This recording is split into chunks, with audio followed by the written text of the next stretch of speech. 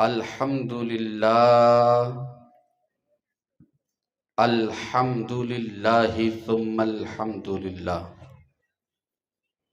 الحمد للہ حق حمدی والصلاة والسلام علی من لا نبی من بعدی وعلی آلہ وصحبہ وازواجہ وعطرتہ اما بعد قال اللہ تبارک وتعالی فی القرآن الکریم اعوذ باللہ من الشیطان الرجیم بسم اللہ الرحمن الرحیم الا ان اولیاء اللہ لا خوف علیہم ولا هم یحزنون الذین آمنوا وکانوا یتقون لهم البشرى فی الحیاة الدنیا وفی الآخرہ لا تبدیل لکلمات اللہ ذالک هو الفوز العظیم صدق اللہ العظیم ان اللہ وملائکتہ یصلون علی النبی یا ایہا الذین آمنوا صلوا علیہ وسلموا تسلیما اللہم صلی علی سیدنا مولانا محمد وعلی آل سیدنا مولانا محمد کما تحب وترضی بان تصلی علیہ صلاۃ و سلام علیک یا رسول اللہ صلی اللہ تعالی علیہ وسلم۔ نبی اور آل نبی کی بارگاہ میں بآواز بلند پورا مجمع درود پاک کا نذرانہ پیش فرمائے۔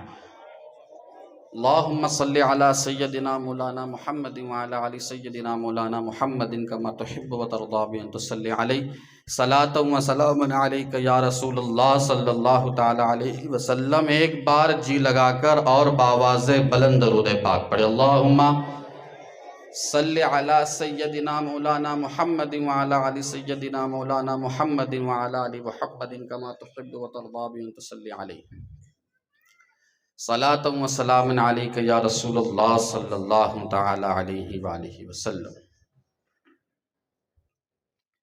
آج کے اس جشن دستار بندی و جشن غوث الورا کے عنوان سے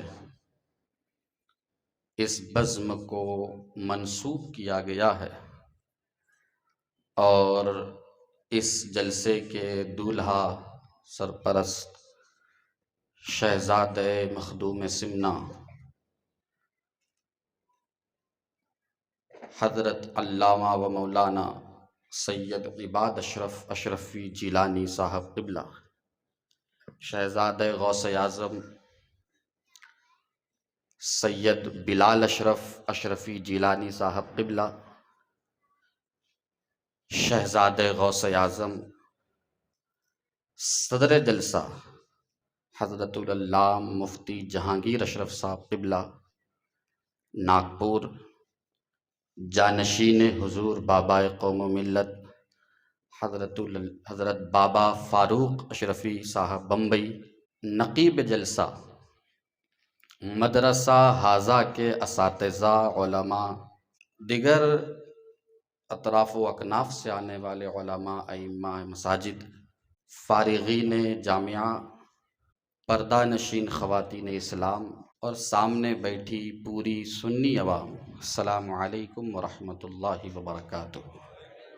اس شہر ناگپور میں کئی بار حاضری کا شرف حاصل ہوا۔ بحیثیت خطیب مقرر یہ پہلی حاضری ہے، تو اب تک ہم نے دوسروں کو بولتا ہوا یہاں سنا اور آپ کو بھی سنتا ہوا دیکھا۔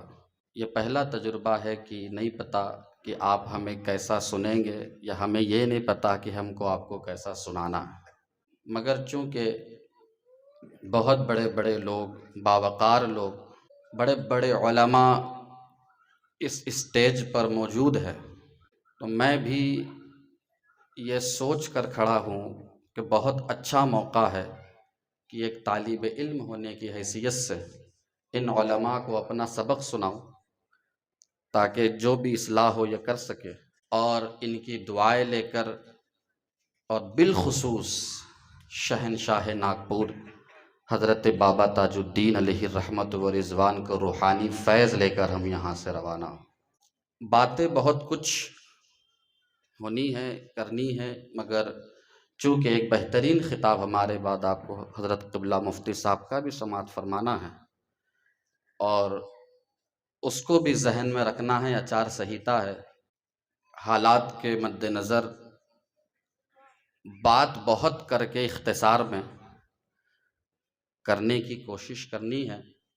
یہ اللہ کا فضل و کرم ہے، بزرگوں کا احسان ہے، بالخصوص جانشین حضور امیر ملت حضور فاضل بغداد حضرت علامہ سید حسن عسکری ابن عربی اشرف اشرفی جیلانی کے حکم پر میں یہاں پر حاضر ہوا ہوں، اور حضور فاضل بغداد نے یہ حکم دیا تھا کہ اس ناگپور کے جلسے میں شرکت کرنی ہے، اور پھر انتظامیہ کمیٹی سے مجھے دعوت ملی، میں ان کا بھی تہہ دل سے شکر گزار ہوں، اور حضور فاضل بغداد حضرت علامہ سید حسن عسکری ابن عربی اشرف اشرفی جیلانی، حضور فاضل بغداد اس شخصیت کا نام ہے کہ وہ مجمع البحرین ہیں، وہ ایک ہی ذات میں کبھی آپ کو محدث اعظم کا رنگ نظر آئے گا تو کبھی امیر ملت کا فیض نظر آئے گا، ایک طرف عالموں میں ایک عالمانہ رنگ نظر آئے گا تو صوفیاء میں ان کا صوفیانہ رنگ بھی نظر آئے گا۔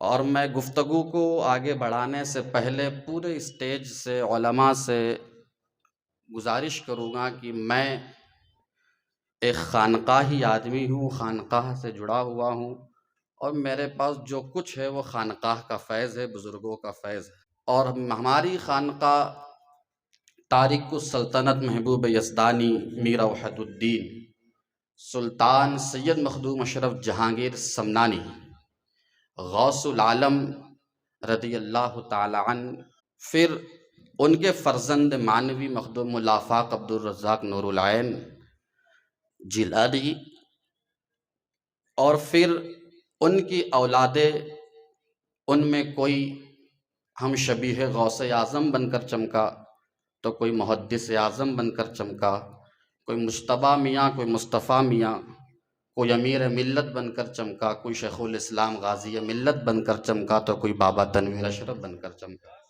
ایک سے بڑھ کر ایک ہے، مگر ایک قول سے اپنی گفتگو کا آغاز کروں گا، اس سے قبل بارگاہ غوث اعظم میں دو چار اشعار سن لے تاکہ پھر مجھے ان اشعار میں یہ سمجھ میں آئے کہ آپ سنتے کیسا ہے، بلا کسی وقت ضائع کرے بارگاہ غوثیت مآب میں آپ توجہ کے ساتھ اشعار سماعت فرمائیں کہ شاعر فرماتے ہیں کہ محشر میں مغفرت کی خبر غوث پاک ہے، محشر میں مغفرت کی خبر غوث پاک ہے، سب کچھ میرا ہے میرے اگر غوث پاک ہے، محشر میں مغفرت کی خبر غوث پاک ہے، سب کچھ میرا ہے میرے اگر غوث پاک ہے، اور شاعر فرماتے ہیں خیر الورا کی آل ہے مولا علی کے لال، کیا فرماتے ہیں؟ خیر الورا کی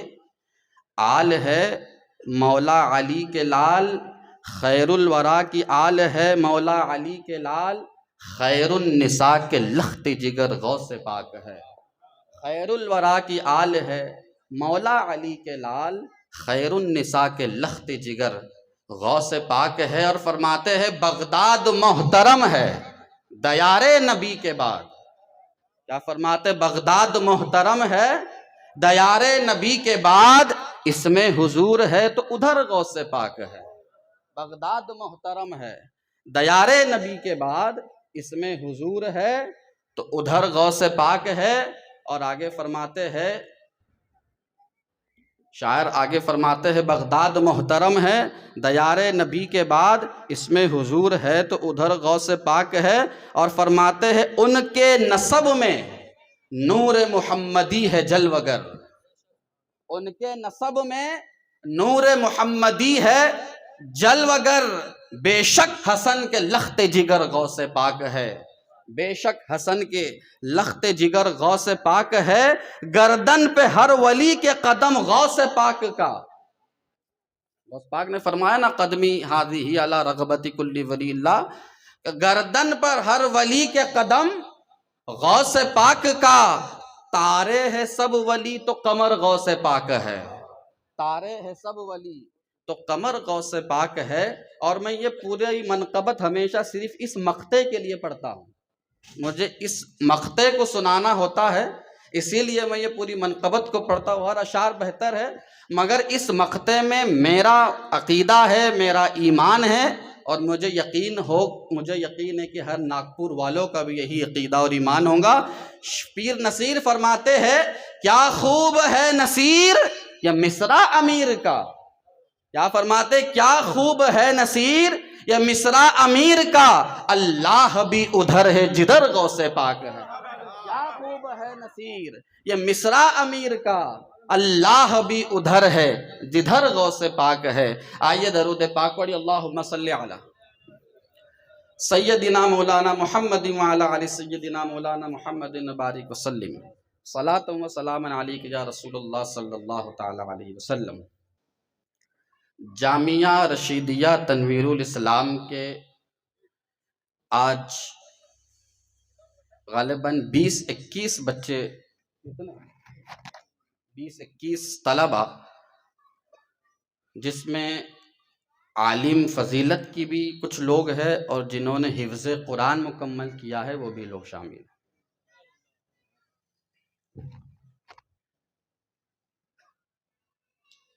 پہلے میں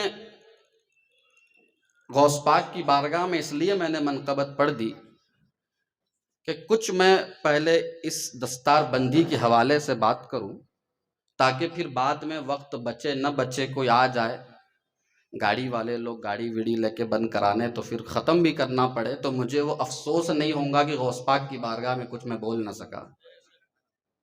تو اسی لیے پہلے آپ سمجھ لیں کہ جو بچے، جو طلبہ یہاں سے فارغ ہوئے،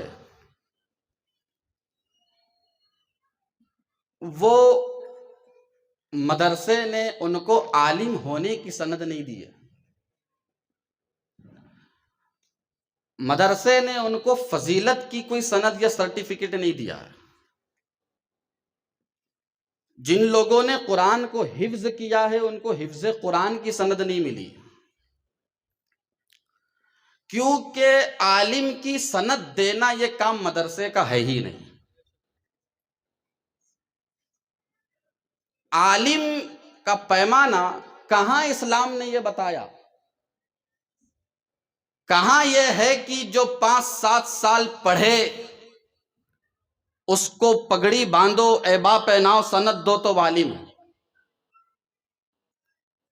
اسلام کہتا ہے عالم وہ ہے انما یخشی اللہ من عبادہ العلماء، جس کے دل میں خشیت الہی ہے وہ عالم ہے، وہ علماء ہے۔ انما یخشی اللہ من عبادہ العلماء، مطلب جو خوف خدا میں، اللہ کے ڈر میں زندگی گزارے، قدم قدم پر اللہ کو یاد کرے، تو مدرسہ پھر کیا کرتا ہے؟ مدرسہ یہ کام کرتا ہے کہ 5-7 سال پڑھا کر یہ سکھاتا ہے کہ اس راہ پہ چلنا کیسے ہے۔ مدرسہ جو ہے 5-7 سال، اور جو مدرسے نے آپ کو سند دی ہے وہ عالم کی نہیں دی ہے، ان کے مدرسے میں رہ کر ان کے مدرسے کا نصاب مکمل کرنے کی سند ہے۔ مدرسے میں رہ کر مدرسے کا نصاب، جو کتابیں آپ نے پڑھی ہے، یہ اس کتاب کے نصاب کے مکمل آپ نے پڑھا، اس کی سند ہے۔ اب یہاں سے جو آپ نے پڑھا قرآن میں، جو آپ نے پڑھا احادیث میں، جو آپ نے پڑھا اصول الشاشی میں، جو آپ نے پڑھا عربی ادب میں، جو آپ نے پڑھا نور الازا میں، جو آپ نے پڑھا قانون شریعت میں، جو آپ نے پڑھا بہار شریعت میں، اب وہ پڑھ لیا، اب یہاں سے اس پر عمل کی سیڑھی شروع ہوتی ہے۔ اب اس راہ پر چلنا ہے، اب اس راہ پر چلنا ہے۔ جو آپ نے پڑھا، جو آپ نے سمجھا، جو آپ نے سیکھا، مطلب کیا؟ ایسی زندگی گزارنی ہے کہ بغیر دستار کے، بغیر جبے کے، بغیر ایبے کے آپ کو لوگ دیکھ کر کہے کہ ایک عالم دین ہی ایسی زندگی گزار سکتا ہے، ایک عالم دین ہی ایسی زندگی گزار سکتا ہے۔ پھر جو لوگ حافظ قرآن بنے، یاد رکھیے قرآن کو یاد کرنا بہت بڑی اچیومنٹ ہے، قرآن حفظ کر لینا بہت کمال کی بات ہے، قرآن کو یاد کر لینا بہت ہی فضل کی بات ہے، مگر قرآن جس کے سینے میں آ جائے اس کے بعد اس کی زندگی کے انقلاب کو بھی دیکھے، اس کے زندگی کے چال چلن کو بھی دیکھے۔ اور پھر کیا، قرآن کوئی معمولی چیز نہیں ہے، قرآن کوئی معمولی چیز نہیں ہے۔ قرآن سے پہلے 3 اور کتابیں ہیں، قرآن سے پہلے 3 اور کتابیں ہیں، توریت ہے، زبور ہے، انجیل ہے، 3 اور کتابیں ہیں قرآن سے پہلے، جو آسمانی کتابیں ہیں، چوتھی قرآن، اس سے پہلے 3 اور۔ مگر کیا، حضرت موسیٰ پر توریت آئی، حضرت عیسیٰ پر انجیل آئی، حضرت داؤد پر زبور آئی، مگر ان کی امت کو ان کی زبان میں ملی، عربی میں نہ ملی۔ انجیل کو ٹرانسلیٹ کر کے امت کو دیا گیا، زبور کو ٹرانسلیٹ کر کر امت کو دیا گیا، اور دوسری کتاب کو ٹرانسلیٹ کر کر ان کو دیا گیا، مگر یہ قرآن ہے، قرآن جیسے آیا ویسے مصطفیٰ نے امت کو عطا فرمایا، جیسے آیا تو کیا سمجھے، سبحان اللہ تو کہنے کی بات ہے، مگر میں پہلے ہی کہہ چکا ہوں، میں خانقاہی آدمی ہوں، ایک خانقاہی جملہ دے رہا ہوں۔ ہم نے بزرگوں سے سنا ہے کہ قرآن ہے کیا، یہ قرآن کس چیز کا نام ہے، تو بزرگوں نے فرمایا کہ یہ قرآن خدا کے خط ہے، جو مصطفیٰ کے نام ہے، محبوب کے خط اپنے محب کے نام ہے۔ کوئی 2 محبوب آپس میں جتنی بات چیت کرے، جتنے لیٹر پاس آن کرے، اس کو پبلک نہیں کرتے، مگر یہ مصطفیٰ کا امت پر احسان ہے کہ وہ محبوب نے اپنے محب کو بھیجا، اور محبوب نے اپنی امت کی محبت میں ویسے ہی اٹھا کر امت کو عطا فرما دیا۔ یہ قرآن ہے، قرآن جو خدا کے خط مصطفیٰ کے نام تھے، ویسے ہی مصطفیٰ نے امت کو عطا فرمایا۔ اب یہ قرآن یاد ہو جاتا ہے، حافظ قرآن۔ میں تمام حفاظ سے مخاطب ہوں، میں بھی حافظ ہوں الحمدللہ، مگر یاد رکھیے یہ قرآن یاد ہو جاتا ہے، مگر جتنی محنت سے یاد ہوتا ہے اتنی آسانی سے سینے سے نکل جاتا ہے، اتنی آسانی سے آپ اس کو بھول سکتے ہیں اگر آپ اس کو تلاوت میں نہ رکھو گے، اگر آپ اس کو دور میں نہیں رکھیں گے، اگر عادت میں آپ نہیں رکھیں گے۔ اگر آپ رجب میں قرآن کھولیں گے کہ ہم کو رمضان میں تراویح پڑھانی ہے، تو رمضان میں روزہ سحری سے لے کے افطار تک تلاوت کرتے رہیں گے، پھر اتنا ٹینشن ہوگا، اتنا رٹوں گے، پھر وہاں جا کر پھر اور زیادہ پریشانی ہوں گی۔ اسی لیے کہ تم قرآن کیسا پڑھتے ہو، اگر غلط پڑھو گے، پیچھے سے لقمہ ملے گا تو مسجد کیا کہیں گی، کمیٹی کیا کہیں گے، لوگ کیا کہیں گے، یہ سب نہ سوچو، بلکہ یہ سوچ کر ہمیشہ سال بھر، زندگی بھر قرآن پڑھتے رہو کہ ہم اللہ کا کلام پڑھ رہے، ہم صحیح ہی پڑھیں گے، ہم اللہ کا کلام پڑھ رہے ہیں، ہم اس کو صحیح ہم کو پڑھنا ہے، اور کثرت سے اس کو اپنی تلاوت میں شامل رکھو، ہمیشہ پڑھتے رہو۔ اب آئیے میں آپ کے کام کی بات یہ بھی آپ کو دیتا چلوں، میں آیا ہوں، اگر آپ مجھے اپنا مہمان یا کسی قابل سمجھتے ہو تو خانقاہ کا یہ تحفہ بھی رکھ لو، میں ان عالموں کو کچھ نہ صحیح تو یہ تحفہ دے سکتا ہوں۔ رئیس المتکلمین، امام المتکلمین حضرت سید محمد کی جھوجوی اوف محدث اعظم ہند علیہ الرحمت و رضوان، یہ وہ شخص ہے، یہ اس ذات کا نام ہے کہ جتنے بڑے عالم تھے اتنے بڑے صوفی تھے، اور جتنے بڑے صوفی تھے، اتنے بڑے عالم تھے۔ یہ محدث اعظم ہند علیہ الرحمت و رضوان فرماتے ہیں جب آپ نے عالمانہ رنگ دیکھا، جب آپ عالمانہ رنگ دیکھو تو یہ محدث اعظم کہتے ہیں کہ نام ہی نام ہے، جو کچھ ہے حقیقت کے سوا راستہ کوئی نہیں، ان کی شریعت کے سوا یہ بھی ان کا رنگ تھا۔ مگر جب آپ صوفیانہ رنگ دیکھو، جب ان کا تصوفانہ رنگ دیکھو، وہ بھی ایک الگ رنگ تھا۔ تو اس تصوفانہ رنگ میں محدث اعظم فرماتے ہیں، تمام علماء اہل سنت کو نصیحت فرماتے ہیں، یاد رکھو عالموں، یاد رکھو علماء کرام، یاد رکھو علم حاصل کرنے والوں، محدث اعظم فرماتے ہیں کہ دماغ عالم ہونا چاہیے، دل عاشق ہونا چاہیے۔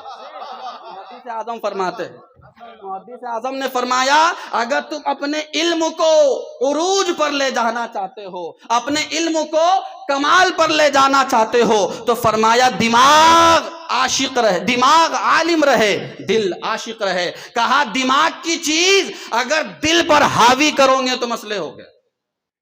دماغ کی چیز دیکھیے، یاد رکھیے، اچھی بات آ گئی، بہت اچھی بات آ گئی۔ کیا آپ کو لگتا ہے عالم جو مدرسے میں پڑھ کے عالم نکلتے ہیں یہ صرف اہل سنت میں؟ نہیں، ہر فرقے میں آپ کو عالم ملیں گے، یہی کتابیں پڑھنے والے ملیں گے، باصلاحیت ملیں گے، اچھی خاصی صلاحیت والے ملیں گے۔ اشرف علی بھی تو عالم ہی تھا، ارے بھائی وہ کوئی جاہل آدمی نہیں تھا، پڑھا لکھا تھا، مگر چونکہ عشق والا نہ تھا اس لیے نہ اشرف کا ہوا نہ علی کا ہوا۔ وہ عاشق نہ تھا اس لیے نہ اشرف کا ہوا نہ علی کا ہوا۔ اسی لیے ہمیشہ آپ اپنے دماغ کو علم تک محدود رکھیے، دماغ عالم رکھیے، دل کو عشق سے معمور رکھیے۔ اور عشق کی اتنی ضرورت ہے کہ پھر آگے محدث اعظم فرماتے ہیں کہ میں نے غور کیا اور میں غور کرتا چلا گیا۔ محدث اعظم فرماتے ہیں میں اس نتیجے پر پہنچا کہ میں نے یہ دیکھا کہ علم بھی عین سے ہے، عشق بھی عین سے ہے، عشق بھی عین سے لکھا جاتا ہے، علم بھی عین سے لکھا جاتا ہے۔ اور فرماتے عربی میں عین آگ کو کہتے ہیں۔ کیا فرماتے محدث اعظم؟ عربی میں عین آگ کو کہتے۔ فرماتے کہ میں اس نتیجے پر پہنچا نہ علم چھوڑ سکتے ہیں نہ عشق چھوڑ سکتے ہیں، ایک آنکھ والے ہم بن کر نہیں رہ سکتے، ہمیں علم بھی چاہیے مگر محمد رسول اللہ کا عشق بھی اپنے سینے میں۔ ہم کو عاشق بھی بننا ہے، ہم کو عاشق بھی بننا ہے۔ اسی لیے ہمارے علماء نے بہت سمجھداری سے ایک بہت بڑا کام کیا۔ ہماری جماعت میں کسی کو امام علم و حکمت کا لقب نہ ملا، امام عشق و محبت کا لقب ملا۔ یہ امام عشق و محبت بہت صحیح ہے، امام علم و حکمت ہوتا تو ٹکر میں بہت آ جاتے، یہ امام عشق و محبت ہے تو کیا سمجھے کہ علم کے ساتھ ساتھ ان کے عشق نے انہیں امام بنایا، علم کے ساتھ ساتھ ان کے عشق نے انہیں امام بنایا ہے۔ اور ان کا عشق کیا کہتا ہے؟ جب سید عباد اشرف صاحب بول رہے تھے میرے ذہن میں آیا، وہ کیا فرماتے ہیں؟ جو تیرا طفل ہے کامل ہے یا غوث؟ یہ عشق ہے۔ کیا فرما رہے؟ جو تیرا طفل ہے، طفل عربی میں بچے کو کہتے ہیں۔ کیا کہہ رہے ہیں کہ جو رات بھر زندگی بھر مصلی پر بیٹھ کر جو مقام حاصل نہ کر سکے، اے غوث تیرے گھر میں پیدا ہونے والا بچہ اس سے افضل ہو جاتا ہے، تیرے گھر میں پیدا ہونے والا بچہ اس سے افضل ہو جاتا ہے۔ جو تیرا طفل ہے کامل ہے یا غوث، یہ اعلیٰ حضرت فاضل یہ عشق کہہ رہا ہے، یہ عشق کہہ رہا ہے۔ جب دماغ کا کام تھا تو دماغ سے کام لیا، ملحدوں کی کیا مروت کیجیے، غیظ میں جل جائے بے دینوں کے دین، یا رسول اللہ کی کثرت کیجیے۔ جب دماغ کا کام تھا، دماغ کا کام کیا، مگر جب پھر عشق کی باری آئی تو کہا تجھ سے در سے سگ سے ہے مجھ کو نسبت۔ جب عشق کی بات آئی تو تیری نسل پاک میں ہے بچہ نور کا، تو ہے عین نور، تیرا سب گھرانہ نور کا۔ جب عشق کی بات آئی تو واہ کیا مرتبہ اے سجودو والا تیرا۔ جب عشق کی بات آئی وہ کمال حسن حضور ہے کہ گمان نفس جہاں نہیں۔ جب عشق کی بات آئی تو پھر الگ انداز ہے، جب علم کی بات آئے تو الگ انداز ہے۔ تو حضور اعلیٰ حضرت فاضل بریلوی سے آپ پوچھو کہ اے امام، یہ اتنا عشق پر کنٹرول اور اتنا علم پر کنٹرول، آپ کا علم عشق پر حاوی کیوں نہ ہوا؟ وجہ کیا تھی؟ کون سا فن تھا، کون سی چیز تھی جو علم عشق پر حاوی نہ ہو سکا؟ کہا میرا کمال نہ تھا، شال رسول مہروی کا کمال تھا، ان کی چوکھٹ کا صدقہ تھا۔ ایک سید کے قدموں سے لگا، اس نے مجھے قابو میں رکھا۔ اسی لیے عالم بننے کے بعد مسجد میں بعد میں جاؤ، خانقاہ کا رخ پہلے کرو تاکہ علم کا بخار اتر کر تمہیں عشق کی کچھ رمق پلائی جائے۔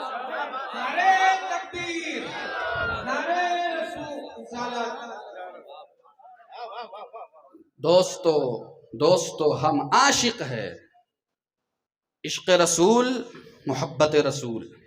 اب جو ان کو کہنا تھا میں کہا، اب ان کے تعلق سے جو آپ کو کہنا ہے وہ سنیے۔ کیا سمجھے آپ؟ انہوں نے 5-7 سال کتنی محنت کی ہے مدرسے میں، آپ کیا جانو؟ کیا کھلایا گیا کیا نہیں کھلایا گیا آپ بہتر جانیں۔ انہوں نے کیا کھایا کیسے کھایا یہ بہتر جانیں۔ پھر بھی مدرسہ ہی ہے۔ اسٹاف نے، اساتذہ نے کتنی محنت کی ان کے اوپر، ان کو تیار کرنے کے لیے، مگر کتنے معمولی سے وقت میں نپٹا دیا گیا ان کو۔ جشن تو اصل ان کا ہے، یہ دن تو اصل ان کا ہے، سیلیبریشن تو انہوں نے کرنا چاہیے۔ سب سے کم وقت ان کو، باقی سب کو زیادہ۔ ان کو تو اس وقت نپٹایا گیا جب اسٹیج نہیں، جب لائٹ نہیں، جب کوئی مجمع نہیں، انہی لوگوں کے بیچ انہیں کو نپٹا دیا گیا۔ انہی لوگوں، وہ الگ بات ہے، وہ ایک الگ بات ہے، وقت بچانا تھا، وقت کی تنگی تھی، مگر ٹھیک ہے، ان کو حقارت کی نظر سے نہ دیکھو، ان کو چھوٹی نظر سے نہ دیکھو۔ کیا سمجھے آپ ان کا مقام، ان کا رتبہ، ان کی فضیلت؟ تم اپنا ایک بچہ انگلش اسکول میں ڈالتے ہو، کانوینٹ میں ڈالتے ہو، کیا ہوتا ہے جانتے؟ ایک تلخ حقیقت پیش کر رہا ہوں ناگپور والوں، ایک سچی بات پیش کر رہا ہوں ناگپور والوں، تلخ حقیقت ہے۔ اس کانوینٹ انگلش اسکول میں جانے والا بچہ صبح اٹھتا ہے، اس سے پہلے اس کی ماں اٹھ جاتی ہے، اس کے لیے ٹفن تیار کرتی ہے، اس کا منہ دھلاتی ہے، اس کو شفقت پیار کرتی ہے۔ سڑک سے، گھر سے دور بس آنے والی ہو تو وہاں تک چھوڑنے پہنچانے جاتی ہے۔ اور مدرسے میں جانے والا بچہ کب گیا، کیسے گیا، کس کے ساتھ گیا، کس حال میں گیا، وہاں کچھ کھایا یا نہیں کھایا، وہاں کچھ پیا یا نہ پیا، اس کی کوئی خبر نہیں۔ کیا؟ ارے بھائی، وہ جائیں گا مدرسہ جا کر پڑھے گا تو کیا امام ہی تو بنے گا، کیا کمائیں گا، کیا لا کر دے گا؟ یہ سوچ بدلو۔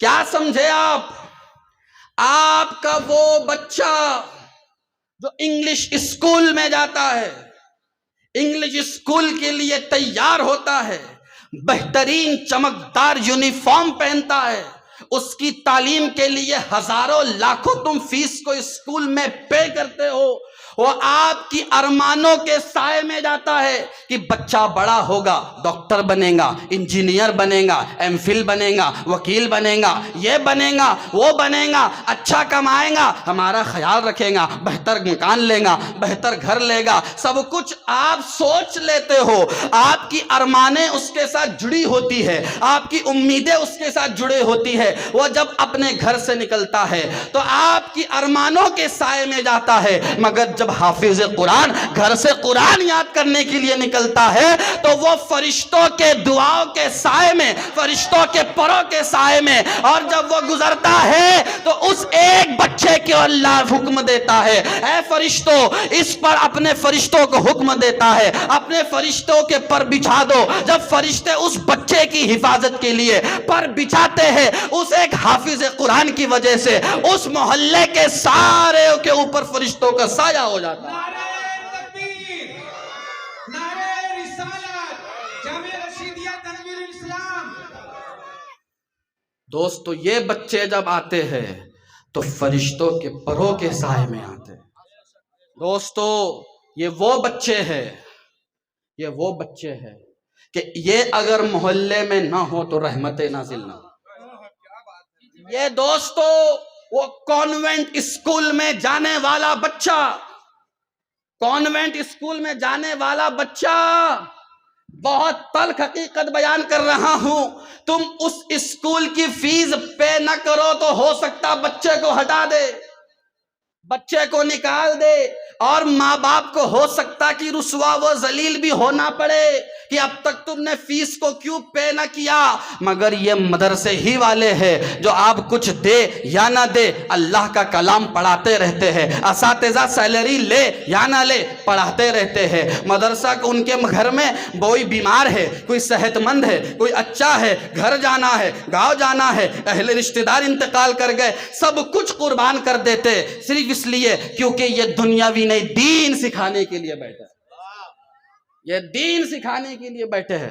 آئیے آپ کو اگر میری بات سمجھ میں نہیں آ رہی ہے، آپ کو میں ایک مثال دے کر بات سمجھاتا ہوں، آپ کے بات سمجھ میں آئیں گی، آپ کہیں گے حضرت ٹھیک ہے ساری باتیں اپنی جگہ پر، مگر جو بچہ ہائی کورٹ کا جج بنے گا، وکیل بنے گا، ڈاکٹر بنے گا، انجینئر بنے گا، اس کی تو عزت زیادہ ہوگی، اس کا تو مقام زیادہ ہوگا۔ یہ آپ کی تنگ نظری ہے، یہ آپ کا کم دیکھنے کا نظریہ ہے۔ میں کہتا ہوں ایک ہائی کورٹ کا جج، chief justice high court Maharashtra کا جج، چیف جسٹس، اگرچہ وہ اللہ کی توفیق سے ایمان والا کوئی ہو، مسلمان ہو، تو آؤ مقابلہ کرے، دیکھے کہ کون زیادہ افضل ہے، ایک حافظ قرآن ہے یا ایک ہائی کورٹ کا چیف جسٹس ہے۔ فیصلہ کہیں اور نہیں ہوگا، آپ ہی کی محلے کی مسجد اقصیٰ میں یہ فیصلہ ہوگا۔ لاؤ ہائی کورٹ کے جج کو۔ آپ کو معلوم ہے ہائی کورٹ کے جج کا پروٹوکول کیا ہوتا ہے؟ معلوم ہے؟ جو لوگ کورٹ کچہری جاتے اچھی طرح سے جانتے ہیں، میں گیا نہیں ہوں اور اب دعا کرو کبھی جانا بھی نہ پڑے، مگر جو ہم نے سیکھا سمجھا وہ یہی ہے کہ اس کا اتنا پاور ہوتا ہے جج کا ہائی کورٹ کے کہ جب تک وہ نہ بولے کوئی اس کی کورٹ میں بیٹھ نہیں سکتا، جب تک وہ کھڑا نہ ہونے کا کوئی کھڑا نہیں ہو سکتا۔ اس کا آرڈر ہوتا ہے کہ بیٹھو تو بیٹھنا ہے، کھڑا ہو تو کھڑا ہونا ہے، جب وہ کہے تبھی بولنا ہے، وہ جب نہ کہے تو نہیں بولنا ہے۔ اگر آپ ایسا کرتے ہیں تو کنٹیمپٹ آف کورٹ ہے، اس کا جرم ہوگا، اس کی سزا آپ کو دی جائے گی۔ مگر وہی ہائی کورٹ کا جج اتنا پاورفل آدمی، آئیے مسجد اقصیٰ میں اس کو لائیے اور جامعہ رشیدیہ تنویر الاسلام کا ایک حافظ قرآن اس مسجد میں لے کر جائیے۔ اذان ہو گئی، اب جماعت کا انتظار ہے، ہم بھی دیکھتے ہیں ہائی کورٹ کا جج مصلی پر بڑھتا ہے یا حافظ قرآن مصلی پر بڑھتا ہے۔ دوستو وہ ہائی کورٹ کا جج، اس کا یہ پاور تھا کہ جب تک وہ نہ بولے کچھ نہ ہوگا، مگر اب ہمت نہیں ہے کہ جب تک امام اللہ اکبر نہ بولے کہ وہ اللہ اکبر کر دے۔ اب ہمت نہیں ہے کہ امام جب تک رکوع میں نہ جائے وہ رکوع میں چلا جائے، امام جب تک سجدے میں نہ چلا جائے وہ سجدے میں چلا جائے۔ اور پھر تم دیکھنا بابا تاج الدین تمہیں دکھا دیں گے، دیکھنے کی نظر چاہیے، دیکھنے کا نظریہ چاہیے، پھر وہ بھی منظر ہوگا، سجدے کی حالت ہوگی، امام کا پیر ہوگا، ہائی کورٹ کے جج کا سر اس کے قدموں میں ہوگا، قدموں میں اس کا سر ہوگا۔ یہ برکت قرآن کی ہے، یہ برکت قرآن کی ہے، علم دین کی ہے۔ اچھا یہ مدرسے کیا سکھاتے ہیں؟ آپ پوچھتے ہو نا کیا سکھاتے یہ مدرسے، کیا کرتے ہو جو کوئی دنیا میں کہیں نہیں سکھایا جاتا، یہ ادارے سکھاتے ہیں، جو کسی مدرسے میں نہیں سکھایا جاتا، جو کہیں کسی ادارے میں نہیں سکھایا جاتا، وہ یہ مدرسے سکھاتے۔ کیا سکھاتے معلوم آپ؟ اسکول کالج کے سارے سبجیکٹ آپ لے کر آ جائیے، جتنے سبجیکٹ ہیں، میتھس لے کر آئیے، فزکس لے کر آئیے، کیمسٹری لے کر آئیے، جتنے بھی سبجیکٹ ہیں سارے سلیبس لے کر آئیے، اور ان سارے سلیبس میں ایک سلیبس ایسا بتا دیجئے کہ جہاں سب کچھ سکھایا گیا، اور اس میں یہ بھی سکھایا گیا کہ سب کچھ تو تم بنو مگر ایک اچھے انسان کیسے بنو۔ نہیں سکھایا جاتا، اچھا انسان بننے کا درس اسکول میں نہیں سکھایا جاتا، اچھا انسان بننے کا درس کالج یونیورسٹی میں نہیں سکھایا جاتا۔ آپ کہیں گے حضرت کیا دلیل ہے؟ دلیل یہ ہے اگر ایک ڈاکٹر ہونے کے ساتھ ساتھ وہ ڈاکٹر اچھا انسان ہوتا، بہترین شخص ہوتا، تو اسٹریچر پر مریض سیریس حالت میں پڑا ہو تو یہ نہ کہتا کہ بل بھرو پھر علاج ہوگا۔ اچھا انسان ہوتا تو پہلے علاج کرتا پھر پیسوں کی بات کرتا۔ اگر اچھا انسان ہوتا تو کیا سمجھے آپ؟ اگر وکیل ایک اچھا انسان بھی ہوتا، بہترین انسان بھی ہوتا، تو پھر جو ہاری ہوئی کیس ہے جس میں کوئی دم نہیں ہے، یا اس کو یہ معلوم ہے کہ جو میرے پاس آیا ہے وہ مجرم ہے، اور جو میرے پاس جو اس کے مقابلے میں وہ بھی مومن ہے، تو پھر وہ یہ نہ کہتا کہ نہیں ہم جیتیں گے، بلکہ اچھا انسان ہوتا تو کہتا کہ تم غلط ہو، غلط آدمی کا ساتھ میں نہیں دوں۔ کیا سمجھے آپ؟ تو یہ مدرسے ہوتے ہیں جہاں علم کے ساتھ ساتھ اچھا انسان بھی بنایا جاتا ہے۔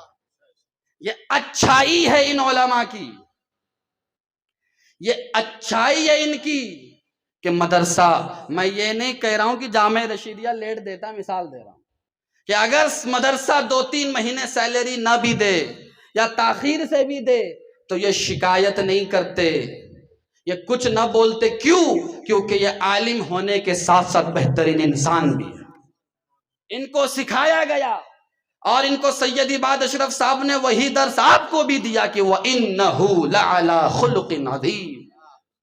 انہوں نے قرآن پڑھا کہ دیکھا کہ جو مصطفیٰ جان رحمت ہے، جو ہمارے نبی ہے، ان کا اخلاق اتنا بلند ہے، ہم اتنا تو نہیں ان کے پیروکار پہ، ان کے راستے پہ چل کے اپنے برے اخلاق کو بہتر تو بنا سکتے۔ تو ان مدرسوں کا تعاون کرو، ان مدرسوں کے بچوں کی حوصلہ افزائی کرو۔ اب یہ بچے اگر کچھ اور بننا چاہتے ہیں، کچھ اور پڑھنا چاہتے ہیں، کوئی اس میں وکیل بننے کی صلاحیت رکھتا ہے، اگر کوئی اس میں ڈاکٹر بننے کی صلاحیت رکھتا ہے، اس میں کوئی انجینئر بننے کی صلاحیت رکھتا ہے، اب مدرسے کا کام تھا اس نے کر دیا، یہ کسی آپ کے محلے کے مسجد کا کوئی امام ہوگا، کوئی مدرس ہوگا، تو آپ کہیے کہ حضرت آپ علم دین حاصل کر چکے ہو، آپ کو انجینئر بننا ہے، تو اب مسجد خرچہ کریں گی، اب کمیٹی خرچہ کریں گی، اب ہم آپ کو آگے کی پڑھائی کرائیں۔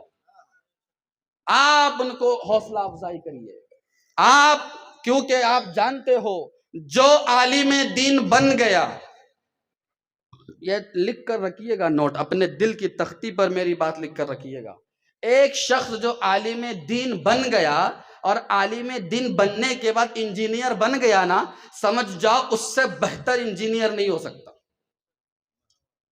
کیوں؟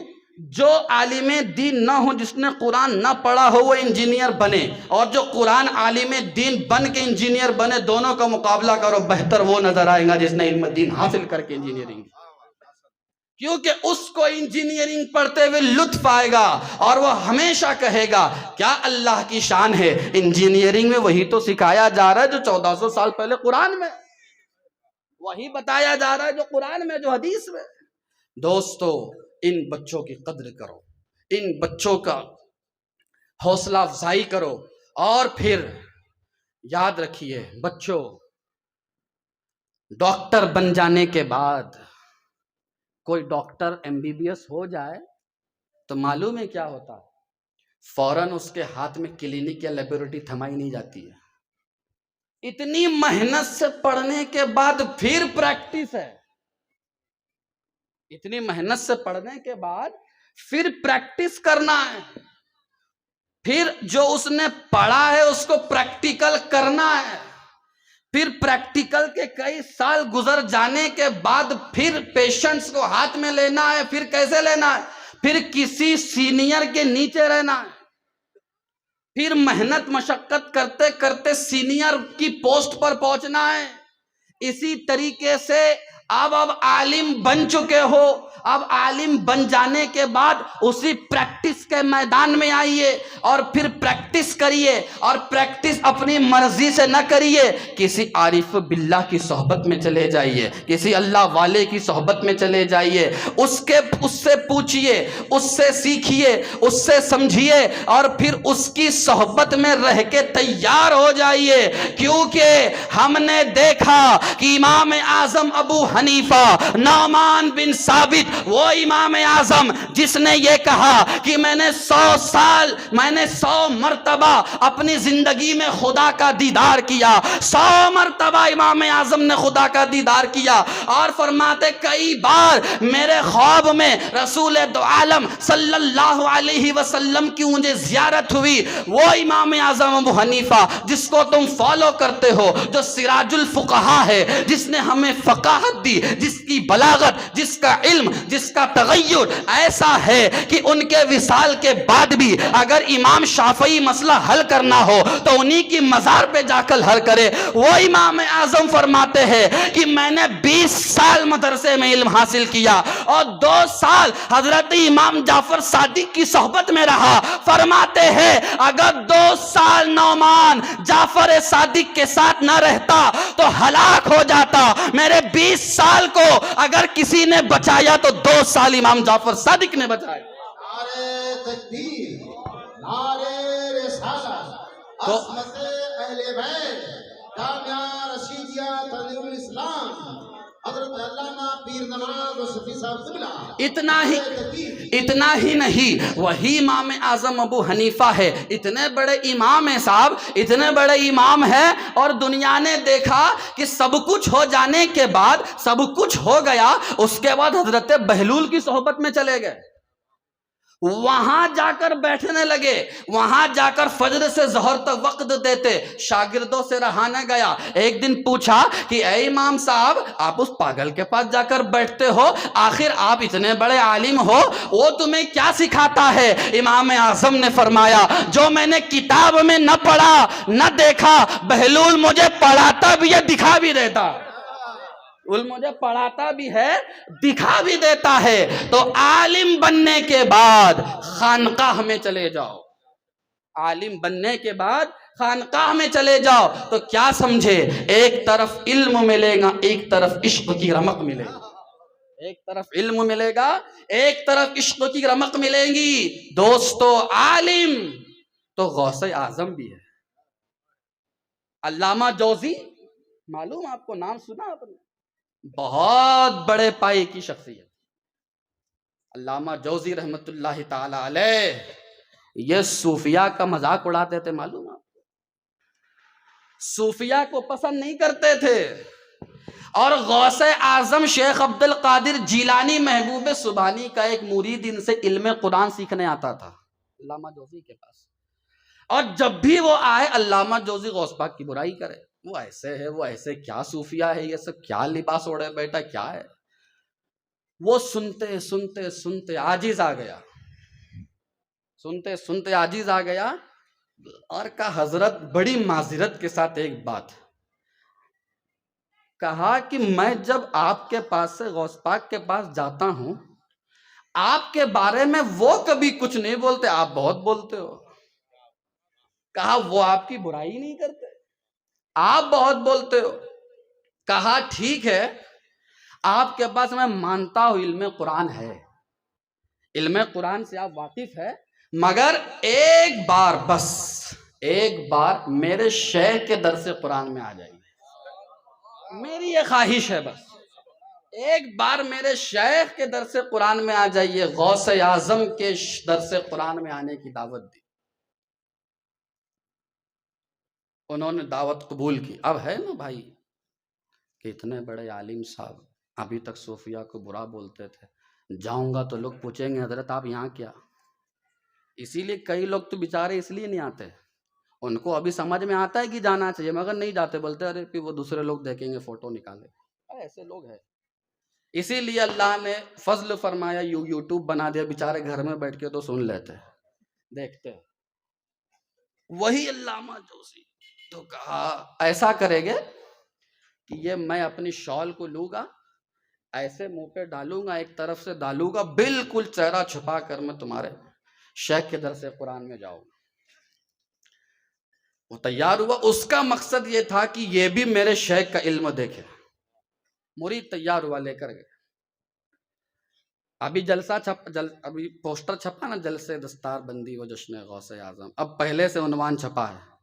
ہم لوگ تو بیچارے کمزور لوگ ہیں, پہلے سے یہ آیت دیکھنی ہوں گی, کتاب دیکھنی ہوں گی, کیا بولنا ہے کیا دیکھنا, تیاری کر کے آئے. اور یہاں پہ آ کر اچانک کوئی بولے کہ نہیں اس پر بولنا, تو ہم بھی گڑبڑا جائیں گے. غوث پاک کا ایسا نہیں تھا. وہ آتے بیٹھتے اور قاری سے کہتے قرآن کی آیت پڑھو. وہ جو آیت پڑھے غوث پاک اس پہ خطاب شروع کرتے. وہ جو آیت پڑھے غوث اعظم اس پر خطاب شروع کرتے. دیکھو وقت زیادہ ہو رہا ہے, 11:15 ہو گئے, میں سمیٹتا ہوں اپنی بات کو. جو آیت پڑھے غوث اعظم اس پہ خطاب شروع فرماتے. اسی طرح سے غوث پاک تشریف لائے. ایک روایت میں ہے غوث پاک کا خطاب سننے کے لیے جو کم سے کم تعداد بتائی گئی ہے, اس دور میں کم سے کم تعداد آپ کی ایک نشست میں 70 ہزار لوگ ہوا کرتے تھے. ایک نشست میں آپ غوث پاک کا خطاب سننے کے لیے. اور شیخ ابو الحق محدث دہلوی خود فرماتے ہیں کہ وہ صرف انسان 70 ہزار ہوتے تھے, جنات بھی اس میں موجود ہوتے تھے. جنات کی بھی درس قرآن ہوتا تھا. اب قاری نے تلاوت کی, غوث پاک نے آیت کی پہلی تفسیر بیان کی. اب ہوتا ہے نا کہ بھائی مجھے جس نے دعوت دی ہے, اگر میری کوئی بات اچھی لگی تو بازو والوں کو دیکھتا ہے کیسے اچھا بولے. ایک ہوتا ہے, دیکھو میرا لایا ہوا آدمی ہے. وہی مرید نے پہلی تفسیر بیان کی تو علامہ جوزی کو دیکھا. دیکھو تو علامہ جوزی نے گردن ہلائی, کہا میں جانتا ہوں, مجھے معلوم ہے. دوسری تفسیر بیان کی, انہوں نے گردن ہلائی, کہا میں جانتا ہوں. 7 مرتبہ گردن ہلی, کیونکہ غوث پاک نے اس ایک آیت کی 7 تفسیریں بیان کی. 7 مرتبہ گردن ہلی. 8ویں تفسیر بیان کی, علامہ جوزی کی گردن رکی ہوئی ہے. 9ویں تفسیر بیان ہوئی, علامہ جوزی کی گردن رکی ہوئی ہے. 10ویں تفسیر بیان ہوئی, یہاں تک کہ 70 تفاسیر بیان کی غوث پاک نے. 70 تفاسیر بیان کی. اور پھر اس کے بعد یہ ہوا کہ غوث پاک نے فرمایا چلیے قال تھا, اب حال کی طرف آتے. یہ قال تھا, چلیے حال کی طرف آتے ہیں. مرید بیان کرتا ہے, کوئی کپڑا پھاڑ رہا ہے, کوئی سینہ پیٹ رہا ہے, کوئی سینہ چاک کر رہا ہے, کوئی خشیت الہی میں بے ہوش ہو رہا ہے, کسی کا انتقال ہو رہا ہے. وہ علامہ جوزی کو ڈھونڈنے لگا تو غوث اعظم کے قدموں میں پایا اور انہوں نے کہا حضرت معاف کر دیجئے, مجھ سے غلطی ہو گئی. 7 تک تو مجھے معلوم تھا, باقی کی آپ نے کہاں سے سیکھی؟ غوث پاک نے فرمایا علی کا بیٹا ہو, علی کا باب العلم کا بیٹا ہو. 7 تم نے محنت سے پڑھی, 70 اللہ کے فضل نے مجھے سینے میں اتارا.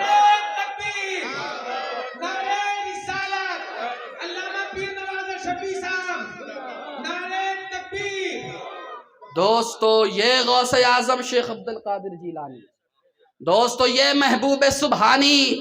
کون غوث اعظم؟ کون غوث اعظم جانتے ہو آپ کون غوث اعظم؟ غوث اعظم شیخ عبد القادر جیلانی محبوب سبحانی حسنی غوث اعظم فرماتے ہیں کہ میری اجازت کے بغیر کسی شخص کی زبان پر میرا نام نہیں آ سکتا. غوث اعظم فرماتے ہیں میری اجازت کے بغیر، میری مرضی کے بغیر کسی کی زبان پر میرا نام نہیں آ سکتا. اور پھر آگے فرماتے ہیں کہ مجھ کو کسی سے نہ جوڑو، کسی کو مجھ سے نہ جوڑو. اور پھر فرماتے ہیں کہ مجھ کو کسی سے منسوب نہ کرو، کسی اور کو مجھ سے منسوب نہ کرو. ایسا نہ کہو کہ غوث اعظم فلاں کی طرح ہے، اور فلاں کو نہ کہو کہ وہ غوث اعظم کی طرح ہے. کیونکہ آپ فرماتے ہیں تم نے عبد القادر کو نہیں سمجھا، میں عبد القادر اللہ کے راز میں سے ایک راز ہوں. عبد القادر نعرے تکبیر، نعرے رسالت، شان غوث اعظم. ارے بھائی نعرے میں تو بولو آپ ہاتھ اٹھا کر کے نعرہ لگائیں. نعرے تکبیر، نعرے رسالت، جشن دستار بندی، نعرے تکبیر. ماشاءاللہ. ٹھیک ہے، ایسے ہی سنی.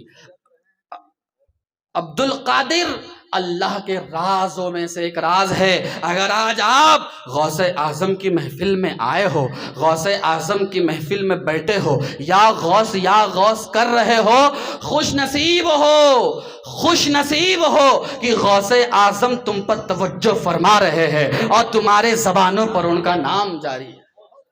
دوستو، یہ حضرت محبوب سبحانی غوث اعظم شیخ عبد القادر جیلانی رضی اللہ تعالی عنہ کے متعلق حضرت شیخ محدث دہلوی محدث علی الاطلاق شیخ ابو الگ محدث دہلوی فرماتے ہیں کتب جو ہے، آپ فرماتے ہیں کہ قطبیت کبریٰ، فرماتے ہیں شیخ ابو الگ محدث دہلوی قطبیت کبریٰ صرف اور صرف 3 لوگوں کو ملی. کیا فرماتے؟ قطبیت کبریٰ صرف اور صرف 3 لوگوں کو اللہ نے عطا فرمائی. سب سے پہلے شہزادہ رسول ابن علی امام حسن مجتبی رضی اللہ تعالی عنہ. کہا سب سے پہلے اگر کسی کو قطبیت کبریٰ ملی تو وہ امام حسن کی ذات ہے، اور دوسرے اگر کسی کو قطبیت کبریٰ ملی تو وہ محبوب سبحانی غوث اعظم شیخ عبد القادر جیلانی کی ذات ہے، اور تیسرے اگر کسی کو قطبیت کبریٰ کے مقام پر فائز کیا گیا وہ حضرت امام مہدی کی ذات. کہا صرف یہ 3 لوگ ہیں. کیوں ایسا ہوا؟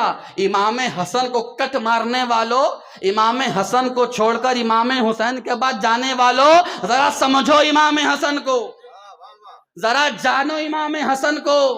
کیا سمجھے؟ امام حسن کی فضیلت میں ایک بات کہہ کے بات آگے بڑھاؤں گا. ساری دنیا امام حسین کو امام حسین کہتی ہے، امام حسین کہتی ہے، امام حسین کہتی ہے. ساری دنیا کا امام حسین ہے. امام حسین کا امام بڑا بھائی امام حسن ہے. انہوں نے کسی کو امام کہا تو اپنے بڑے بھائی کو کہا. اور کیوں کہا جانتے ہو؟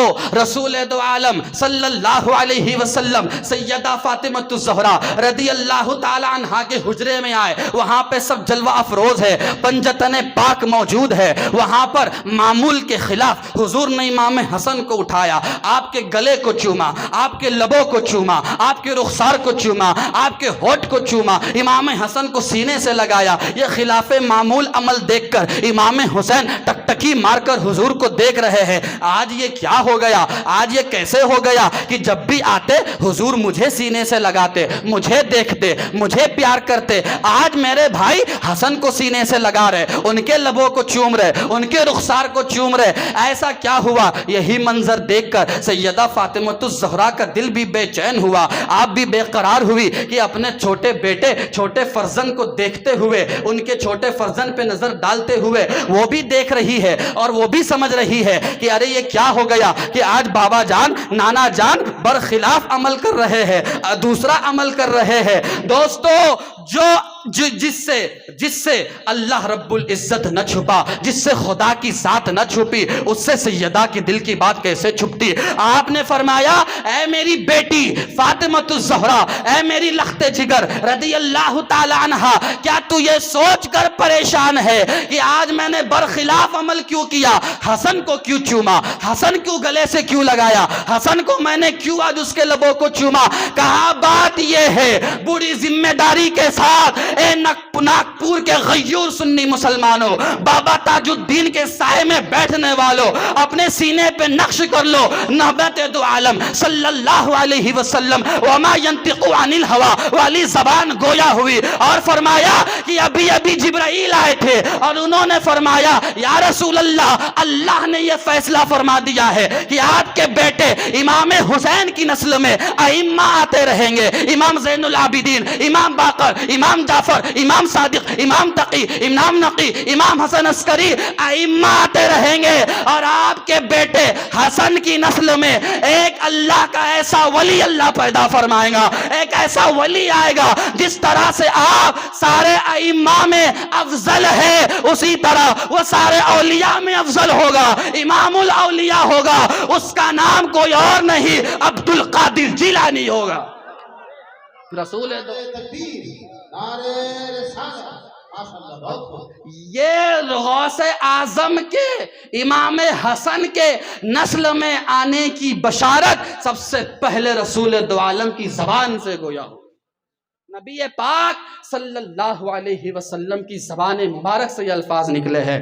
دوستو، حضرت غوث اعظم شیخ عبد القادر جیلانی، حضرت محبوب سبحانی، قندیل نورانی، پیر لاسانی، محی الدین، حضرت سیدنا شیخ عبد القادر جیلانی ثم غوث اعظم بغدادی رضی اللہ تعالی عنہ۔ دوستو، کیا مقام ہے، کیا فضیلت ہے۔ دوستو، آخری بات کہہ کے اپنی جگہ لے لیتا ہوں، بات جتنی پھیلائی جائے کیونکہ بڑے پیر کا ذکر ہو رہا ہے، میں کروں تو بہت دل کھول کے کروں ورنہ پھر اختصار کے ساتھ۔ دوستو، آخری بات کہہ رہا ہوں، حضرت قبلہ کو سماعت فرمائیے۔ دوستو، حضرت عیسیٰ نے بھی مردے زندہ کیے، غوث اعظم نے بھی مردے زندہ کیے، حضرت تاجدار اہل سنت، جانشین حضور محدث اعظم ہند، مرشد گرامی، تاجدار اہل سنت، رئیس المحققین حضور شیخ الاسلام والمسلمین فرماتے ہیں کہ حضرت عیسیٰ نے بھی مردے زندہ کیے، حضرت غوث اعظم نے بھی مردے زندہ کیے۔ کہاں ادھر بھی مردے زندہ ہوئے، یہاں بھی مردے زندہ ہوئے۔ یہاں پر ولی کو بڑھانا مقصد نہیں ہے، نبی کو گھٹانا مقصد نہیں ہے، نبی تو نبی ہوتا ہے، نبی کی شان بہت بلند ہے، نبی کا مقام بہت بلند ہے، مگر بات یہ ہے دونوں کے مردہ زندہ کرنے میں جو فرق ہے وہ یہ ہے، حضرت عیسیٰ کہتے قم باذن اللہ، اٹھ اللہ کے حکم سے، غوث اعظم کہتے قم باذنی، اٹھ میرے حکم سے۔ غوث اعظم کہتے قم باذنی، اٹھ میرے حکم سے۔ دوستو، کیوں ایسا ہوا؟ کیونکہ غوث اعظم، حضرت غوث اعظم شیخ عبد القادر جیلانی رضی اللہ تعالی عنہ فرماتے ہیں کہ میری ولایت کا سورج کبھی نہیں غروب ہوگا، میری ولایت کا سورج جی کبھی بھی غروب نہ ہوگا۔ ناظم صاحب نے اشارہ دے دیا ہے کہ اختصار کے ساتھ کام لینا ہے، اب یہ بات میں پوری تفصیل سے بیان نہیں کر پاؤں گا، بس اتنا سن لیجئے کہ جس طرح سے تمام انبیاء میں رسول افضل ہے اور قیامت تک رہے گے، اب کوئی نبی نہیں آنے والا، اسی طرح سے غوث اعظم شیخ عبد القادر جیلانی قیامت تک امام الاولیاء ہو، اب کوئی نہیں آنے والا۔ دوستو، کیا دبے جس پہ حمایت کا ہو، پنجہ تیرا شیر کو خطرے میں لاتا نہیں، کتا تیرا، وما توفیقی الا باللہ، واخر دعوانا۔